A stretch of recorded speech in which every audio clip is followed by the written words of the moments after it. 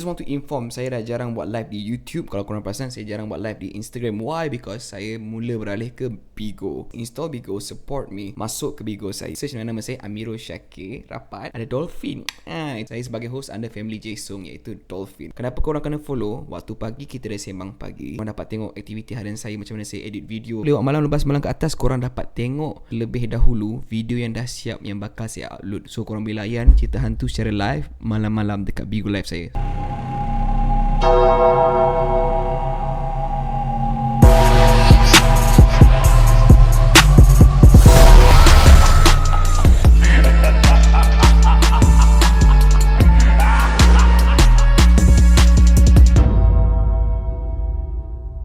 Assalamualaikum. Hi everybody. What's up horror gang? Sebab tertentu saya memang kena react seorang-seorang. Okay, next time we have Rose with us again. This time kita gunakan video daripada animated horror flick. So go check them out. Diorang punya animation sangat cool dan style diorang punya cerita lebih slow dan layan. Nah, sekarang dah pukul 4 pagi. So kita layan the first story dulu. Let's go.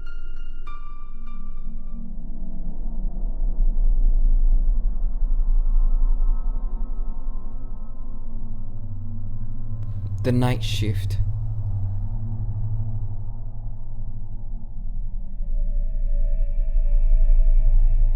I don't usually hold back when it comes to talking about my job, which was working security at the sub-level of a local hospital. You'd be surprised to know how common break-ins were at that place, which usually ended up being a couple of junkies trying to get high on some of the weird chemicals that were being kept in the labs. Okay.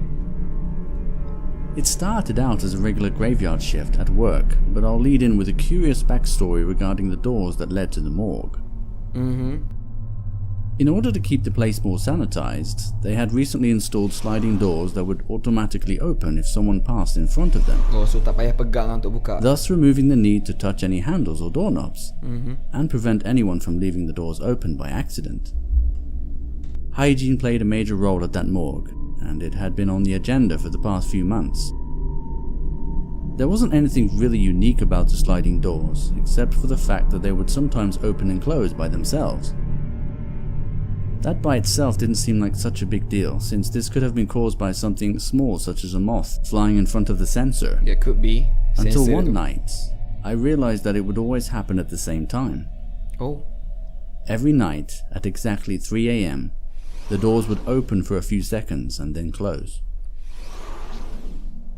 I was convinced that the doors had been programmed with some kind of time-based trigger, but when I contacted the company that installed the doors, they told me that it wasn't possible since the doors were designed only to open when the sensors were triggered. Orang yang tahu 3am ni selalunya ada something lah kepercayaan kan. Tapi mana orang kerja macam ni kan. Saya pernah tengok detik 12 malam dekat TV3 dulu. Ya, orang yang kerja tempat ni kadang-kadang I was wondering, korang kerja seorang ke kan? They told me that it wasn't possible since the doors were designed only to open when the sensors were triggered or forced open manually. So it continued without any explanation for a long time after that and became sort of a ritual for me and my co-workers to watch the doors open and close on the monitors every night. Usually there would be at least 2 guards on duty, but that night I ended up working the graveyard shift by myself because the other security guard suddenly became ill and there wasn't enough time to find a temp who could fill in at such short notice. Okay.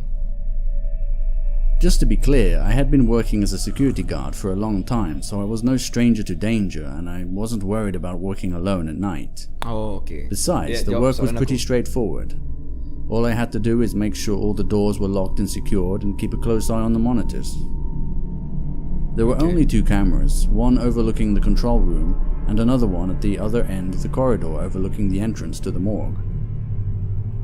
As the clock approached 3 AM, I did what all the guards on duty would do. Sit back and enjoy the show. Although the novelty of seeing this phenomenon had long worn off, it was still something I would anticipate and would often give me the chills, seeing how it was the entrance to the morgue and that you could sense a sudden rush of cold air every time the doors would open, even from the other end of the corridor. I watched patiently as the doors opened, followed by the howling rush of cold air that could be heard from under the door. Okay.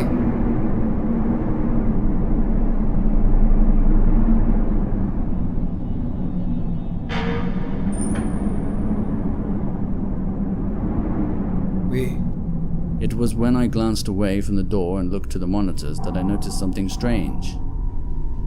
The doors remained open. Wait. At first I thought it might be a glitch with the monitor and I was simply looking at a frozen frame. It could But be. then I saw the lights flicker.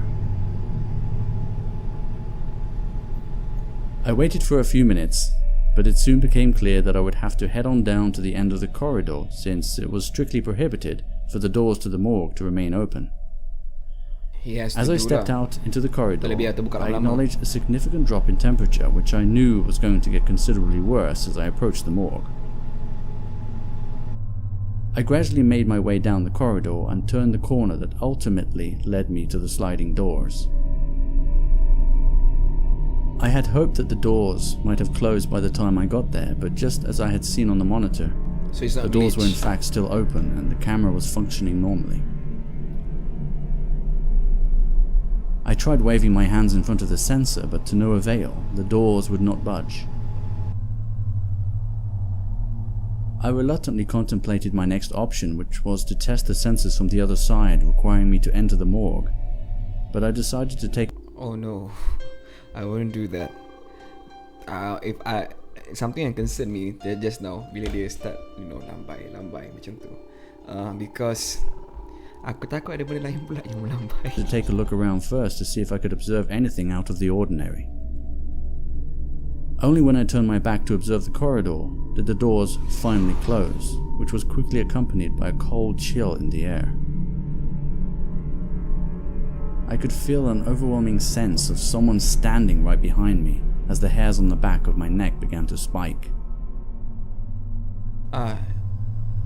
Damn it. But it turned out to be more of the same eerie silence as before. Did you guys saw it? The lights flickering belah sana kan?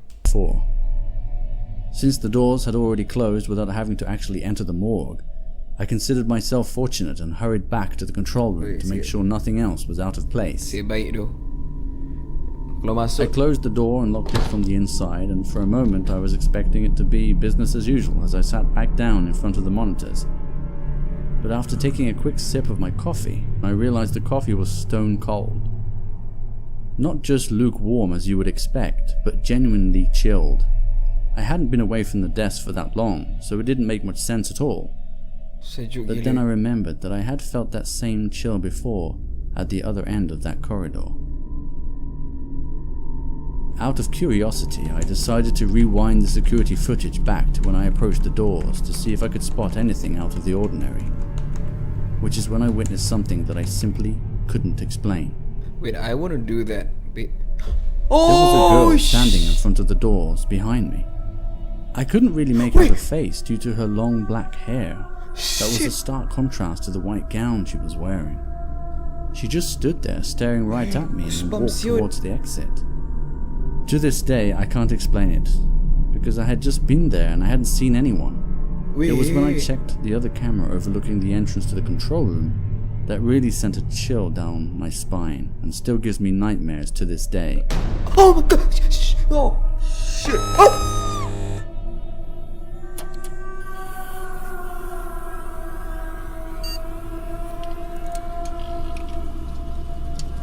When the lights came back on, it was as if nothing happened.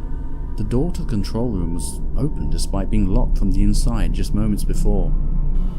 Wait, are Due you to the serious? mysterious power surge, most of the data on the drives had been completely corrupted. But some of the security footage did survive, and I've been holding on to it ever since. I guess now would be the time to ask yourself, do you believe in ghosts?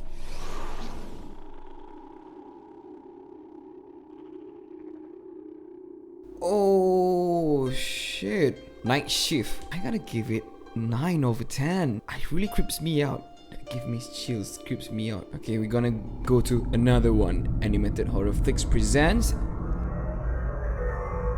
Nightmare on a Plane. It's for Halloween special. Okay. Nightmare on a Plane. Mimpi buruk aku. Okay. Check it out. Let's go. Okay, let's go.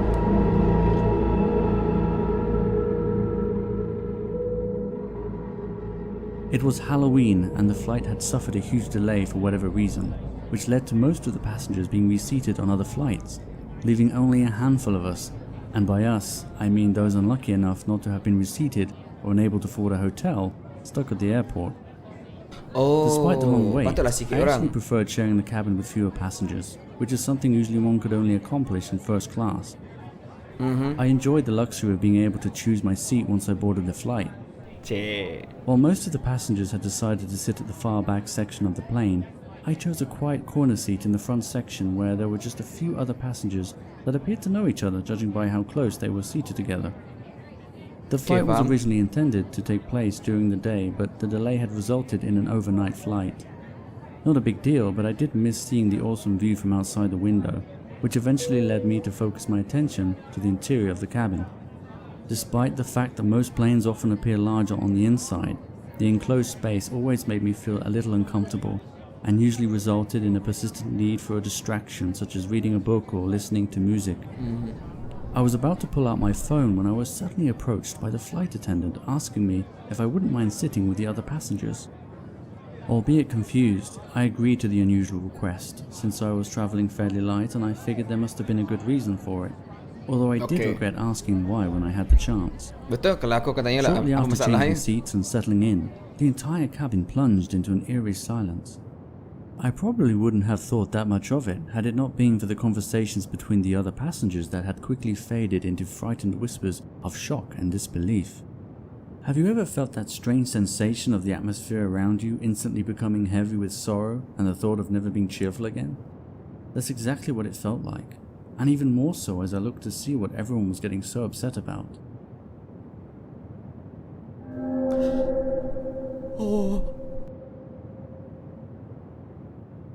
I couldn't quite believe my eyes at first, and the notion of sharing a small cabin with a dead person for the remainder of the flight was extremely unsettling.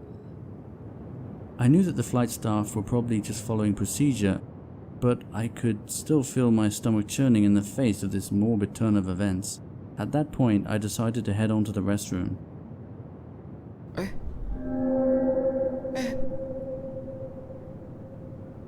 Wait. I eventually ended up just taking a breather and telling myself to get a grip. I wasn't the only passenger on the plane after all. Okay. That makes sense. After a few minutes of finally pulling myself together enough to try to get through the rest of the flight, a loud thud shook the door. Wait, stop it. That's annoying. Suddenly, the banging stopped and all I could hear was my elevated breathing. Strangely, I felt less safe alone locked inside the restroom than I did outside with the rest of the passengers, so I waited just a few minutes before cautiously opening the door. I couldn't see any sign of danger as I peered through the gap in the door and prepared to vacate the restroom. Just as I was about to discreetly return to my seat, the same flight attendant from before appeared out of nowhere, almost hitting me with the service trolley. It looked like she had just finished serving fresh beverages to some of the passengers, and I remember thinking how Kau ni something lah perempuan. Kau suka dia kan?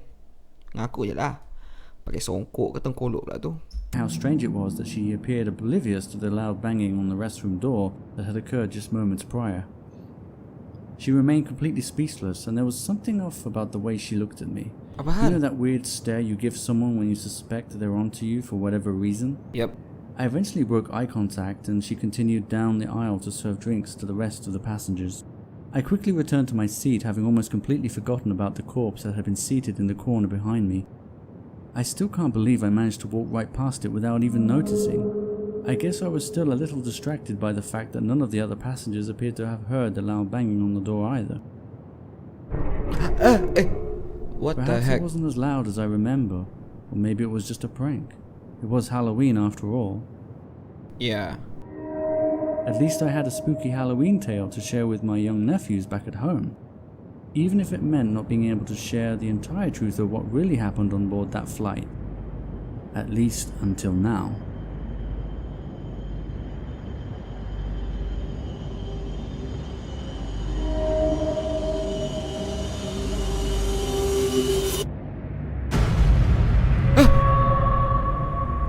Wait.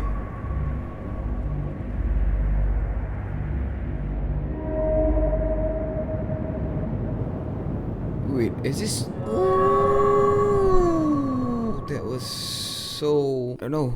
But that's really creepy though. Dia kata nightmare kan, nightmare banyak maksud kan, could be a dream. But seeing just a black figure like that dekat satu seat yang kau duduk tadi by the way, this must be something. Mungkin seat to seat yang tak berapa laki ke, something happen on that in that seat. Nightmare on plane, it's somewhere 8/10 or 8.5. I think 8/10, solid 8/10. So let's watch another one. Creepy night at the office. This creepy story happened to me about 6 months ago while I was still working at my previous job, and I thought I would share it while it still remains fresh in my mind. So I was at the office one day. I was working late and the rest of my co-workers were heading out to share a taxi home, so I was going to be the only one left in the building since our boss hadn't come into work for the past few days. Oh. I thought it was an interesting coincidence that he stopped showing up on Valentine's Day, but no one really knew for sure if he was seeing anyone. Although he had been coming into work on his motorcycle a lot more often lately, whatever that was supposed to mean. Yeah. I didn't really care too much about all the gossip, but I was getting kind of tired of the whole thing since it seemed it was all anyone could talk about at the time. Exactly. The strong scent of perfume in the office and the mystery gift on his desk also had everyone talking. It was actually pretty cool not having the boss around at first, but unfortunately, the security alarm had started acting up and I needed his signature to approve the cost to call someone to fix it. Also, the key to the supply room went missing since he left, and he hadn't returned any of my messages about that or the alarm. Which was surprising because he was the kind of person that would generally take things very seriously. Just as my colleagues were about to leave the building, they asked if there was anyone waiting up for me because there was someone sitting inside a car in the parking lot outside. They seemed genuinely unnerved when I told them that I wasn't expecting anyone, and they all decided to quietly leave together and asked me to be careful. What was really strange is that whoever it was had no business being there, but I initially brushed it off and thought the car would be gone by the time I got around to observing the parking lot for myself. But as a pekerja dekat situ kan, you should really, if you are suspicious walaupun sikit, especially zaman sekarang kan, you need to at least macam, hello bro, tunggu siapa ke ni, you know orang akan cakap you menyebut, but really you need to be careful, man. These days, right, you really need to be careful. You can't trust anyone. About half an hour later, I received a message on my phone from Josh, one of my co-workers from earlier. Truth be told, I was so focused on my work I had completely forgotten about the matter. I didn't respond to his message right away, but eventually I did find an excuse to pass in front of my boss's office overlooking the parking lot. I went into his office and peeked through the window. Man, it's 9 PM, man. What the heck you're doing? You don't have any life? I mean, kerja takkan habis tu. Nak kerja office kan? As I slowly pulled down the blinds, I was surprised to see someone still waiting in the parking lot. This was highly unusual, and it kind of creeped me out since the car was parked so close to mine.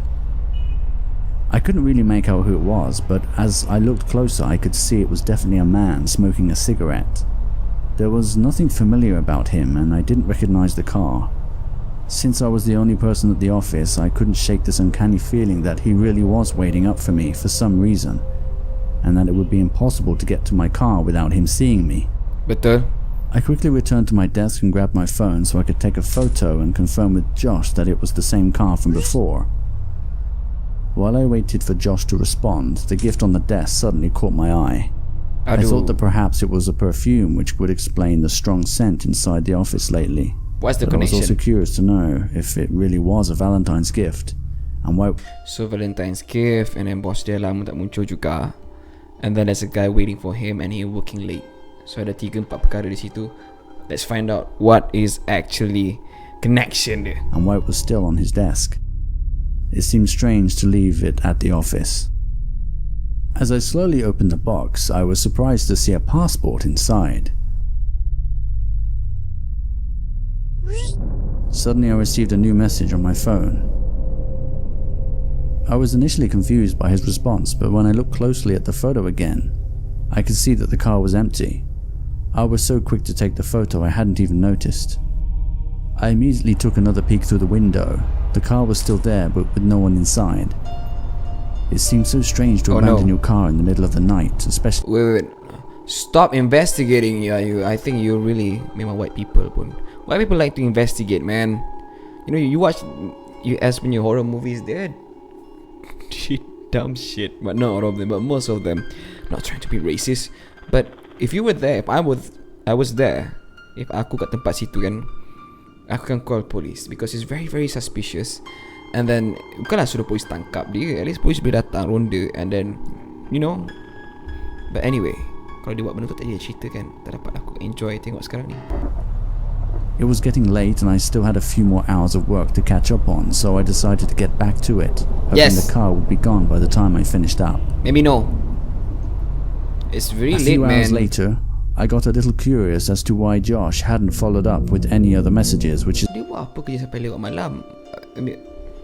Selalunya orang stay kat office tu 10 paling lewat lah. Ni sampai aku 11 messages, which is when I realized that the battery on my phone was dead. Ah shit, man. I was too tired to stick around to recharge my phone at the office, so I closed up and cautiously descended into the parking lot. As I left the building, I felt a sudden chill, but I didn't know if it was from the cold air or from seeing the same old car still parked and abandoned outside. A couple of things started running through my head at that point, like maybe he had too much to drink and decided to walk home, or the car was extremely low on gas, but deep down I had a bad feeling. As I approached the abandoned car, I could see cigarette butts scattered all over the ground, everywhere, suggesting that he had been waiting for a lot longer than I thought. It seemed very bizarre to just take off after waiting for so long. Just stop there, just go to your car. I proceeded to my car and took one final look back at the office, which suddenly reminded me of the passport on the desk that I had completely forgotten to place back inside the box after getting distracted by my phone. Knowing that my boss would totally flip out if he found out that someone had been snooping around his office, I reluctantly headed back into the building. I would do the same, I guess. Worked so late and I really didn't want to have to wake up extra early the next morning just to make sure I'd be the first to arrive at the office. I knew there was a chance that he wouldn't even show up the next day, but I wasn't going to risk it. I didn't bother turning the lights on because I knew my way around and I was going to be quick in and out. Sometimes I did that. Me, myself, you know, when you dah tahu jalan apa semua, you just don't care even though it took like less than a second to turn on your light. But bila kau nampak benda macam tu, you know, syak orang kat bawah tu bukan-bukan, and then you know, macam mana kau boleh turn on the light tu? Just turn on the lights. Lock the door. Turn on the lights. It was when I reached my boss's office that I noticed something very strange. The office chair that was previously behind the desk had been moved and both the box and the passport were missing. I had only been gone for a few minutes, so it seemed plausible that whoever it was might still be inside the building with me, so I was quick to observe the rest of the office.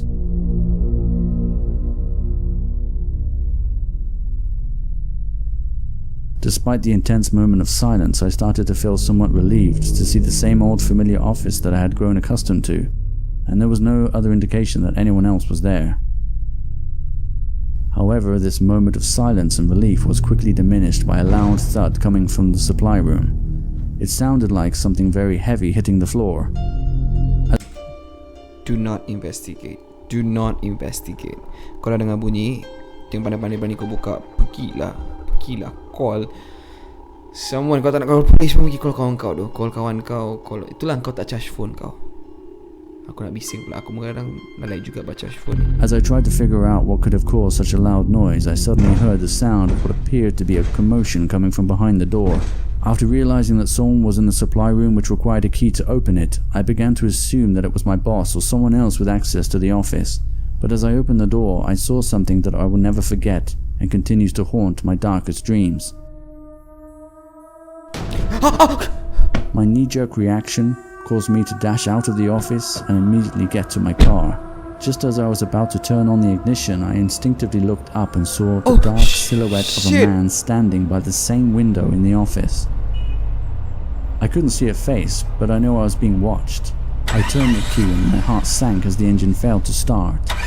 I tried again repeatedly before looking up at the office again, horrified to see Ah, the dark shit, figure shit, had shit, vanished. shit.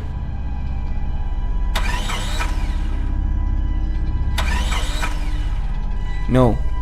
I gave the key one last turn, and to my relief the engine shuddered to a start. I drove off and headed to the nearest police station.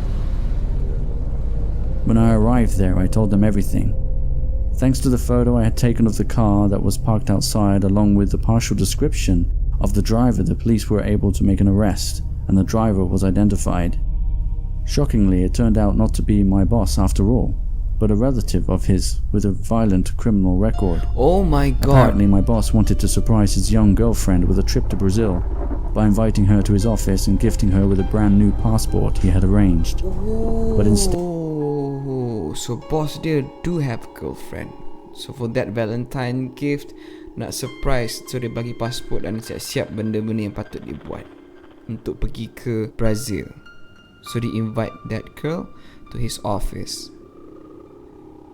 Yang bunuh dia ni, yang buat perangai ni adalah relative, adik-beradik ataupun samanya related to the boss. So dia jemput perempuan itu, yang girlfriend dia ke office dia untuk surprise. And then but instead she wanted to break the whole thing off, and in a fit of desperate so the girl tak nak ada apa-apa kaitan dah dengan lelaki tu, nak break up.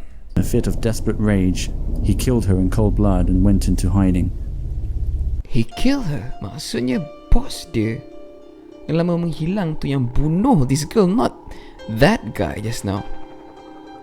Bukan relative yang ada criminal record tu. Into hiding. In an attempt to cover up his crime, he convinced his no-good brother to come by the office to collect the body and dispose of it. I will never forget that night, all the days I could smell her perfume as her lifeless body remained hidden behind the door while I went about my daily job. And So dia suruh adik dia ke abang ke saudara dia ni untuk yang ada criminal record tinggi ni, dia power mungkin untuk bersihkan dia punya crime. So macam mana dia simpan mayat ni lama tersimpan ke apa ke, aku tak berapa pasti sekarang ni. Sebab kalau aku dengar cerita mula tadi, ada kena mengena dengan kunci yang bermasalah dalam office tadi kan. Okay, no, I understand. And the terrifying thought of being alone at night in the office with a violent criminal, I can only imagine what may have occurred had I not left the building or drove away soon enough. I consider myself very lucky. Yes.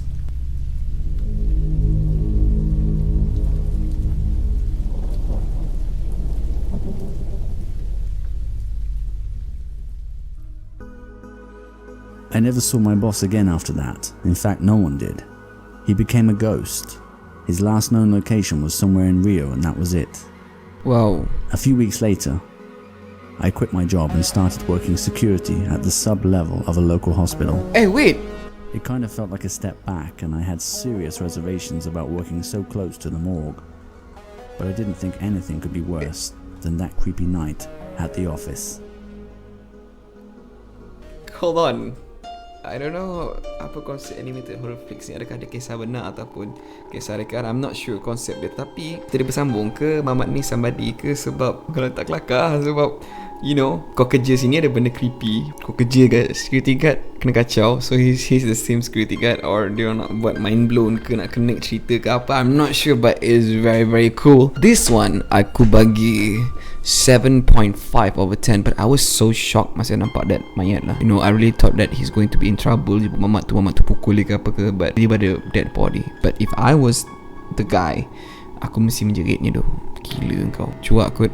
Shout out to Animated Horror Flicks. Cantik dia punya animation, cerita dia layan. So guys, don't forget to follow Animated Horror Flicks if you want to have own experience. Nah, mungkin you nak juga macam saya rasa tengok sendiri kan. So Horror Gang, thank you so much for watching. Thank you kerana teman saya react together with this another YouTube channel, iaitu Animated Horror Flicks. Okay, so go check them out. I don't own anything. All credits goes to Animated Horror Flicks. Thank you so much Horror Gang. Jangan lupa follow saya di Instagram, subscribe, like, share, comment. Don't forget, okay, untuk tengok saya secara live. Sehari dalam 3 kali saya akan buat live dekat saya punya Bigo Live. Okay, see you again. Thank you so much Horror Gang. Shh.